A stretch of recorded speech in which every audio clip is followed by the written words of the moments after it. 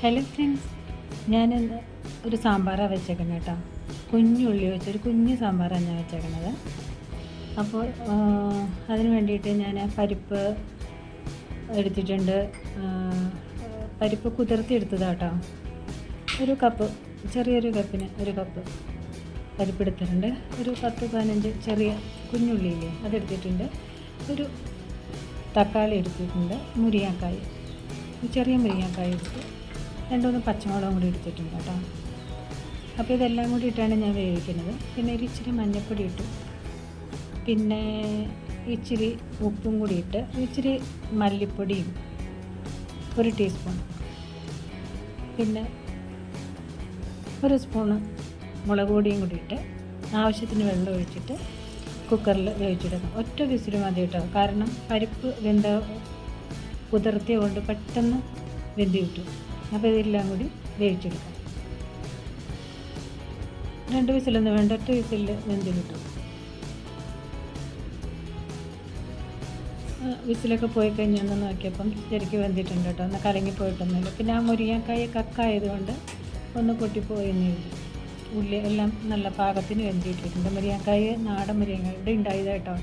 അപ്പോൾ കക്ക മുരിങ്ങക്കായ അത് എല്ലാം കൂടി വെന്തിട്ടുണ്ട്. ഇനി കുറച്ച് പുളി മുടി ഒഴിച്ചിട്ട് നന്നായി തിളപ്പിച്ചതിന് ശേഷം അത് വറുത്തിടാം.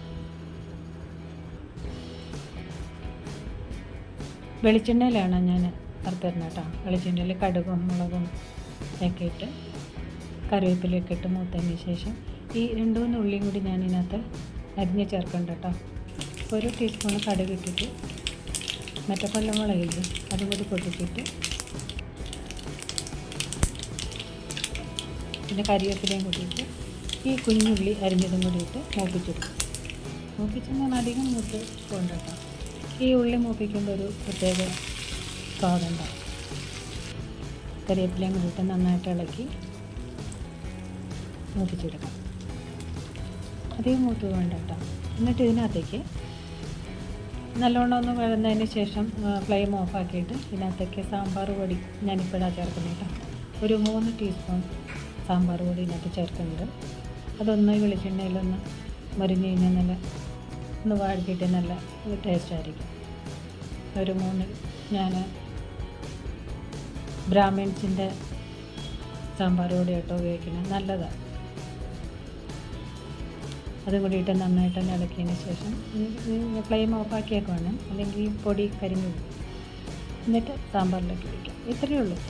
നല്ല ടേസ്റ്റി ആയിട്ടുള്ളൊരു സാമ്പാർ കേട്ടോ. കുഞ്ഞുള്ളി വെച്ചിട്ട് ഇതിനകത്ത് നാളികേരം അരച്ചാലും നല്ലതാണ്. ഞാനിപ്പോൾ പൊടികൾ മാത്രമേ ചേർത്തിട്ടുള്ളൂ. എന്നിട്ട് സാമ്പാറിലേക്ക് ഒഴിച്ചിട്ട് ഒരു ഇച്ചിരി സാമ്പാർ ഇതിനകത്തേക്ക് ഒഴിച്ച് കലക്കിയെടുക്കാം. പണ്ടൊക്കെ അമ്മമാരിങ്ങനെ കാണിക്കുന്നുണ്ട് കേട്ടോ. ചീഞ്ചട്ടിയിലൊക്കെ വറുത്തിട്ട് കഴിഞ്ഞാൽ കുറച്ച് സാമ്പാർ ഒഴിച്ചിട്ട് ഇതുപോലെ ചെയ്യും. ഇത് നല്ല ടേസ്റ്റാണെന്ന് പറയുന്നത്.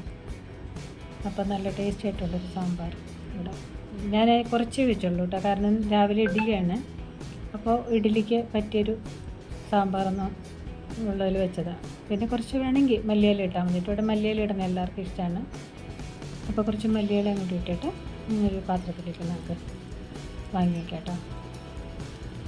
കുറച്ച് ഒത്തിരി ഉള്ളൂ. ഇഡ്ഡലിക്ക് വെച്ചതാണ് രാവിലെ. നല്ല സാമ്പാറാണ് കേട്ടോ. ചട്നിയൊന്നും അരച്ചില്ല, സാമ്പാറും മാത്രമേ ഉള്ളൂ.